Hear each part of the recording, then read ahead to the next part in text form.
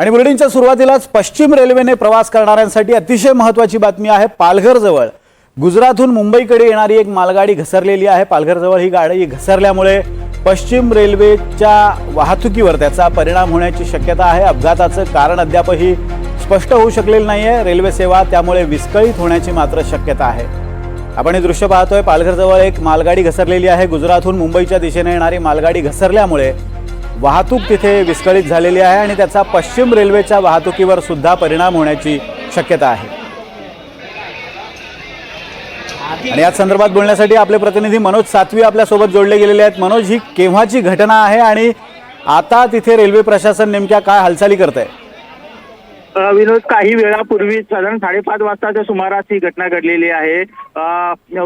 मुंबईच्या दिशेने येणारी जी मालगाडी होती ती पालघर रेल्वे स्टेशन सुरू होण्याच्या काही फूट अंतरावर असतानाच ती मालगाडी रेल्वे ट्रॅकवरून घसरलेली आहे आणि मालगाडीचे अनेक डबे हे अस्ताव्यस्त पडलेले आहेत।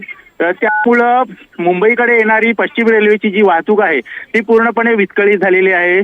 शिवाय विरारहून मुंबईकडे विरारहून डहाणूकडे जाणारे जे रेल्वे गाड्या आहेत त्या अनेक गाड्या रद्द करण्यात आलेल्या आहेत आणि प्रवाशांची मोठी गैरसोय झालेली आहे। अनेक रेल्वे स्थानकांवर प्रवासी जे आहेत ते ताटकळत पडलेले आहेत आणि त्यामुळे प्रवाशांना मोठा त्रास सहन करावा लागतोय। मनोज, साधारण कधीपर्यंत हा डबा बाजूला हटवून तिथली वाहतूक सुरळीत होण्याची शक्यता आहे? काय माहिती मिळते रेल्वे प्रशासनाकडून?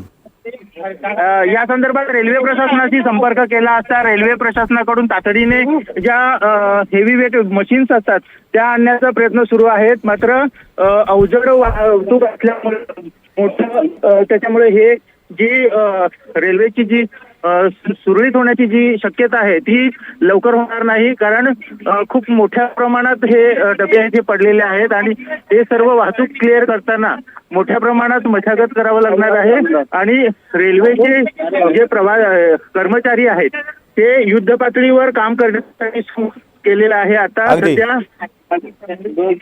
अगदी मनोज, दिलेल्या या सगळ्या माहितीबद्दल धन्यवाद। आपण पाहतोय पालघर जवळ हा रेल्वे रुळावरून डबा घसरल्यामुळे तिथे वाहतूक विस्कळीत झाली आणि पश्चिम रेल्वेच्या वाहतुकीवर सुद्धा याचा परिणाम होण्याची शक्यता आहे।